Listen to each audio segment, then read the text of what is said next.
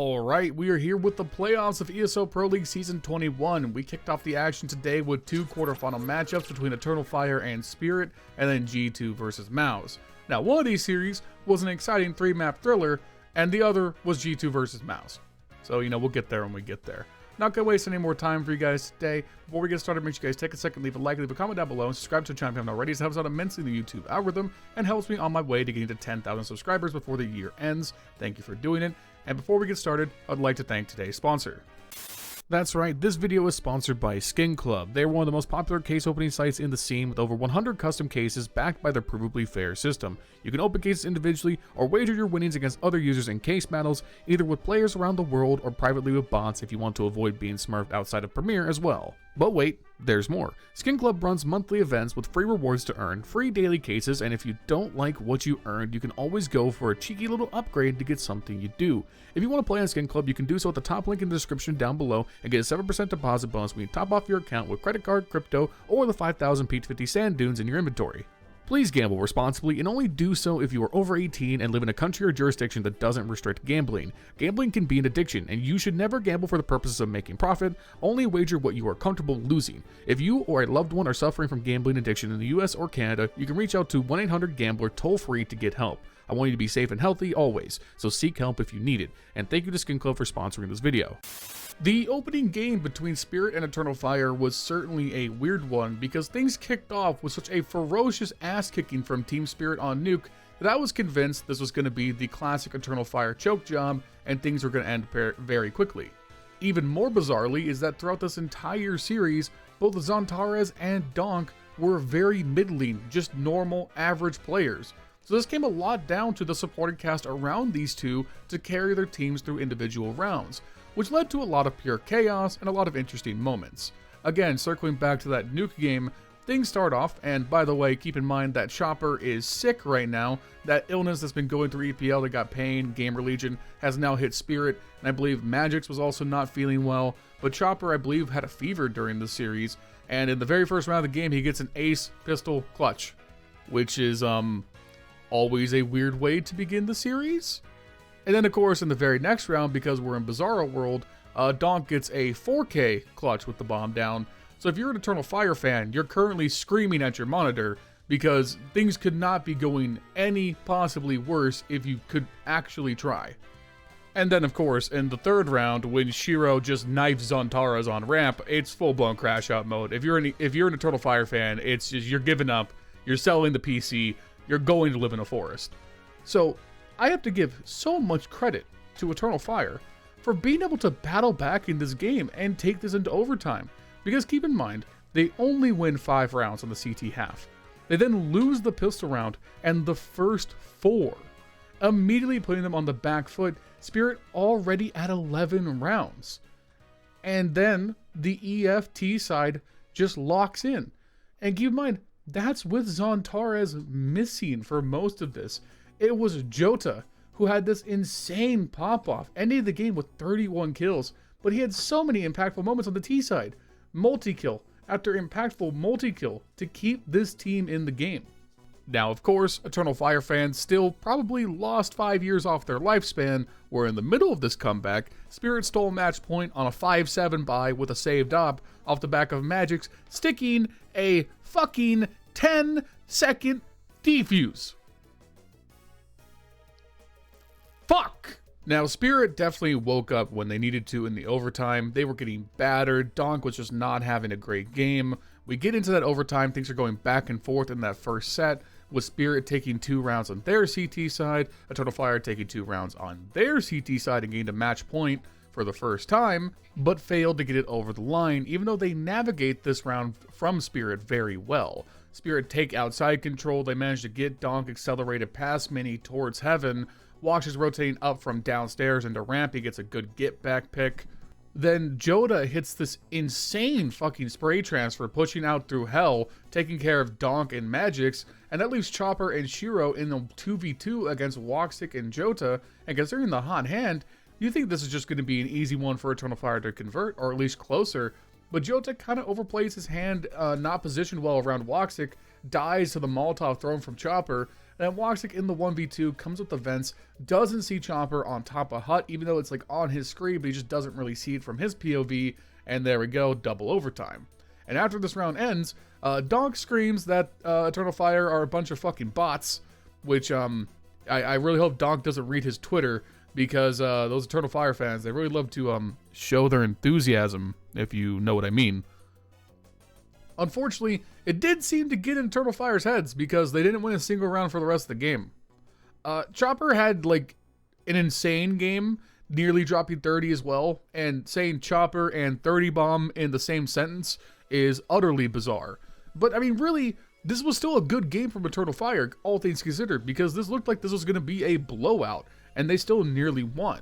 And when you consider that Anubis is next, that's their home map, there is a world where Eternal Fire 2-0 this series. It was right there. It was just in the overtime they petered out at the worst time. On that Anubis map, I don't really think there's too much to go into here. Once again, Donk not having a great game. Of course, Donk still nearly averages a 1.0 rating, because even at his worst, he can be at least most players' average. But Zontaras did wake up in this game. He had a great first half on the T side. He ends with 16 kills and 1.25 rating. But also, you know who else matches him? Major, Jota, Woxic, and Wakadia. No one was more than 3 kills behind Zontaras. This was a team effort. Meanwhile, Chopper came back down to earth. Zontix had a pop-off, 22 kills himself, but they just couldn't really get anything going. Their CT side was thoroughly stifled. They only won 1 gun round. And the T side, they got things going into a great comeback, but at that point, with how Anubis works, you need to be nearly flawless when you go down 9-3, but Eternal Fire did very well to win a few gun rounds here or there. First to get match point after winning the pistol round a few buys in, and then they managed to close out the final round to take the win 13-10. Unfortunately, it feels like something had to break for Eternal Fire at some point in this tournament. At no point throughout EPL has Zontaras looked like the dominant top 3 player in the world that he has for the first few months of 2025. He has been unable to find that form throughout the group stage, and considering he hasn't shown it so far in this series, except for some brief moments on Anubis, I don't think there was much to expect. However, on Mirage, he was just not there, and worse off, no one else on Eternal Fire was there to compensate. Wakadia and Jota, who had been fantastic in this event, could not find it. Woxic could not fill in the gaps either, and Major's calling fell flat. What resulted was a one-sided affair where Spirit walked away 13-7. After winning the pistol round and converting the subsequent early game, going up 4-1 on Spirit, Eternal Fire would only win 3 more rounds before the game was over.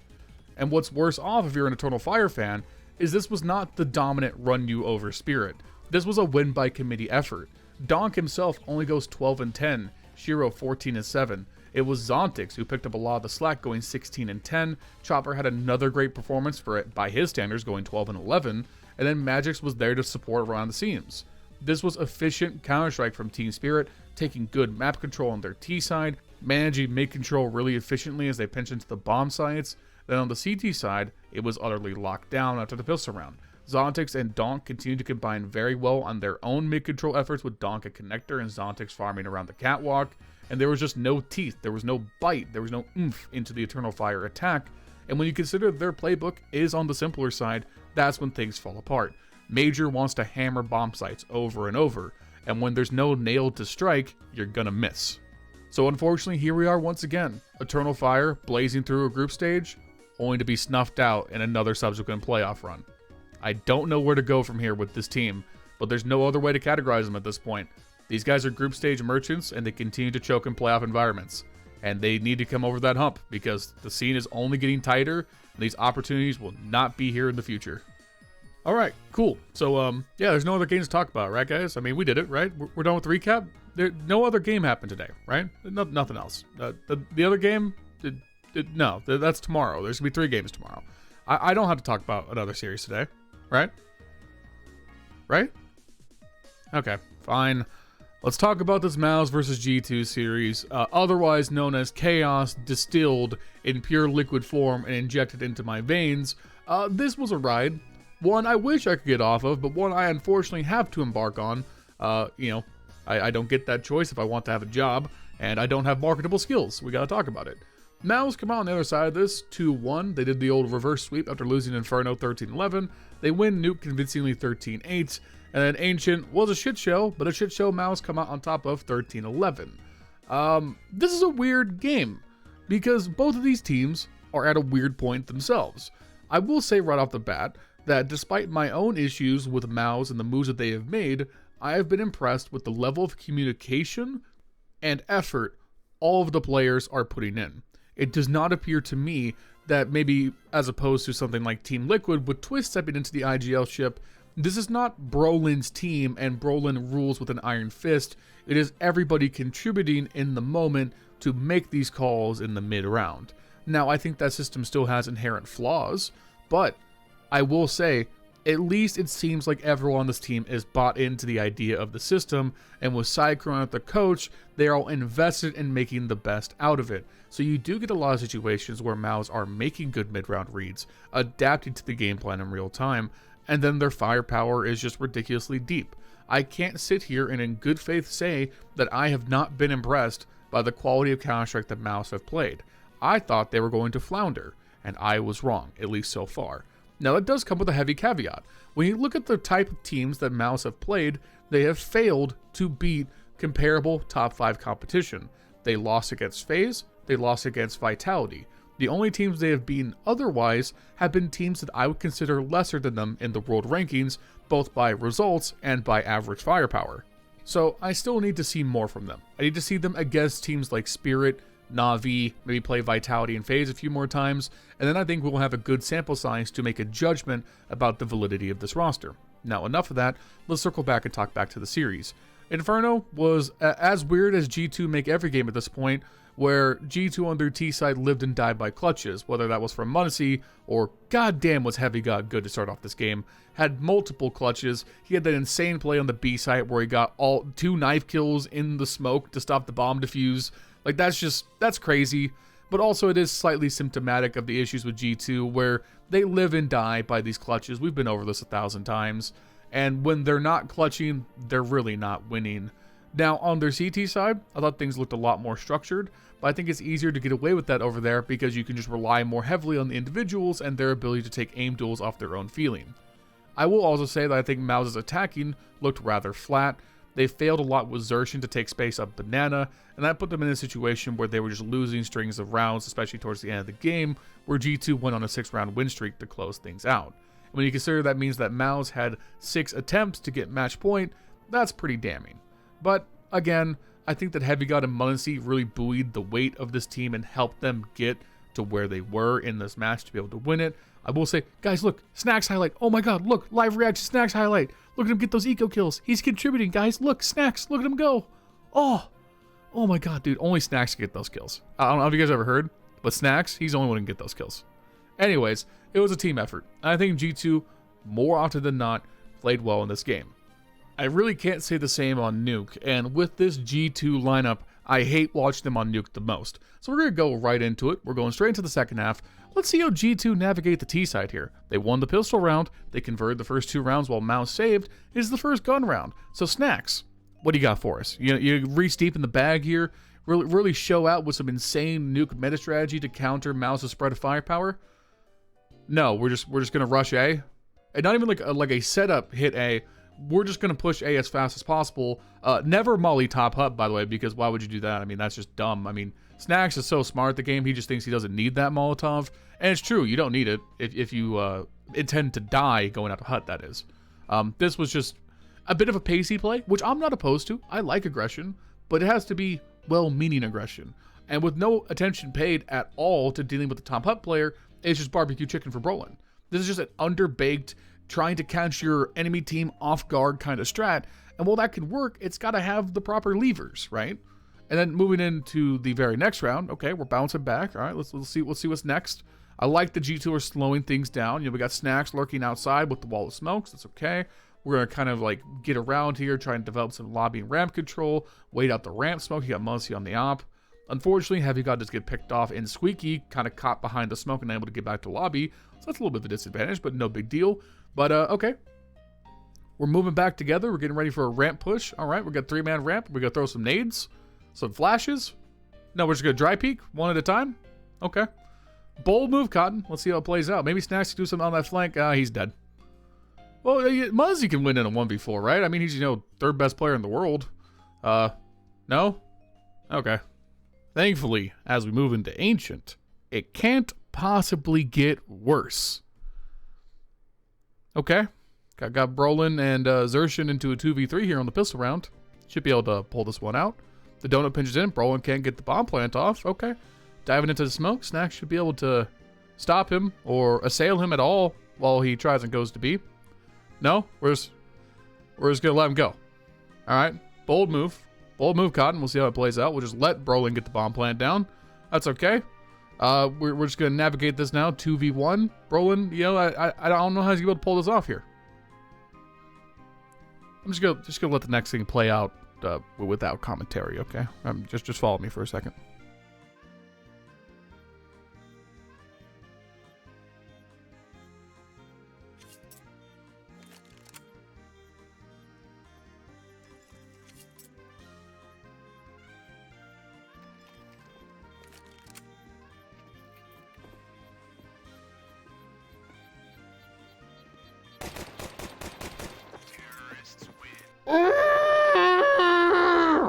My sincerest, heartfelt apologies to G2 fans, because I don't know how you guys do this shit. I don't know how you guys do this to yourselves and be like, yeah, I'm just gonna keep watching these guys afterwards, because this is misery.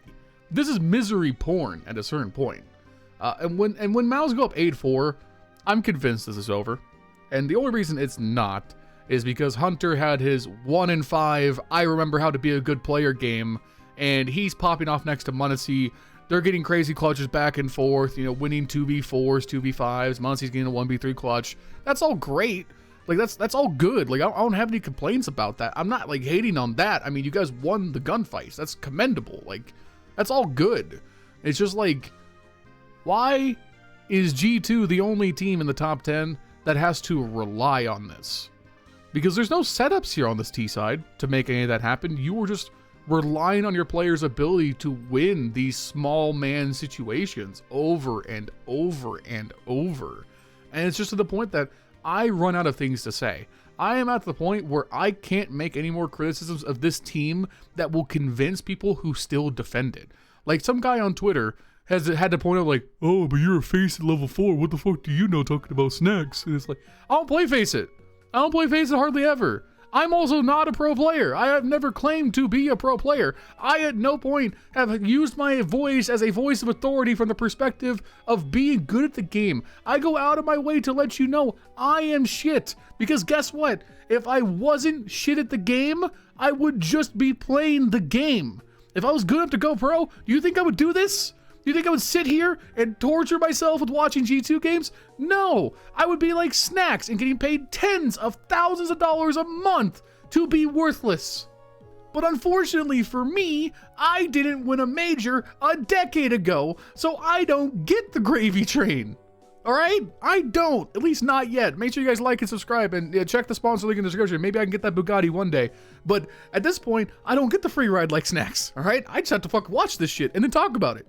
Okay? It's just like, how do you defend this? And then people, like, another dumb interaction I had was talking about how Snacks doesn't call the CT side, and some guy replied to me that, no, you don't get it. IGLs typically don't call the CT side. It's actually not normal for the in-game leader to only in-game lead on half of the game.